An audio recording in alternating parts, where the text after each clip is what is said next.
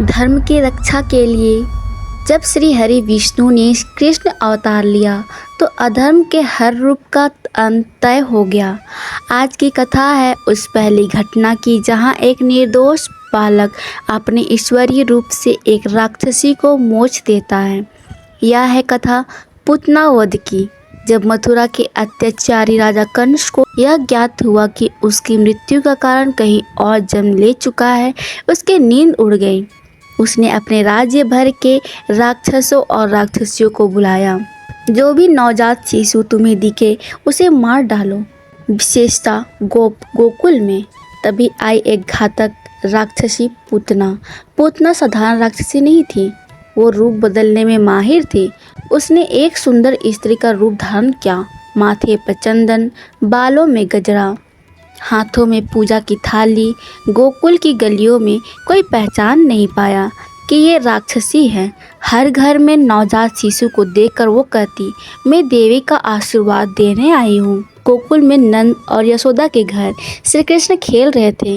यशोदा माँ थोड़ी देर के लिए अंदर चली गई और उसी समय पूतना आई। उसके स्तनों में भयानक विष लगा हुआ था। उसका उद्देश्य था कृष्ण को अपना दूध पिलाकर मार डालना। पूतना ने श्री कृष्ण को गोद में लिया। उसने सोचा, यह सिर्फ एक शिशु है, यह मेरा कुछ नहीं बिगाड़ सकता। लेकिन जैसे ही श्री कृष्ण उसका स्तन पकड़कर दूध पीना शुरू किया, एक अलौकिक शक्ति जागृत हो गई। वे सिर्फ दूध नहीं पी रहे थे, वे उसके प्राण खींच रहे थे।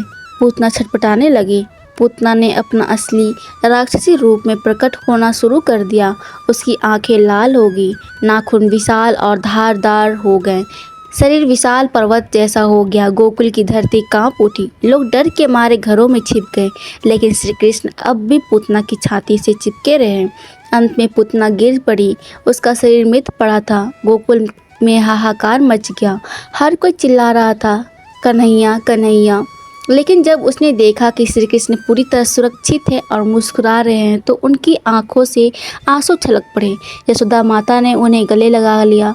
हे लल्ला, तो कितना बहादुर है, पर मेरी जान तो निकल गई थी। अब प्रश्न उठा, पूतना एक राक्षसी थी तो क्या उसे भी मोक्ष मिल गया? हाँ, क्योंकि उसने भगवान को माँ का रूप देकर दूध पिलाया। चाहे वह छल था, पर भगवान ने उसके उस कर्म को मातृत्व रूप में स्वीकार किया।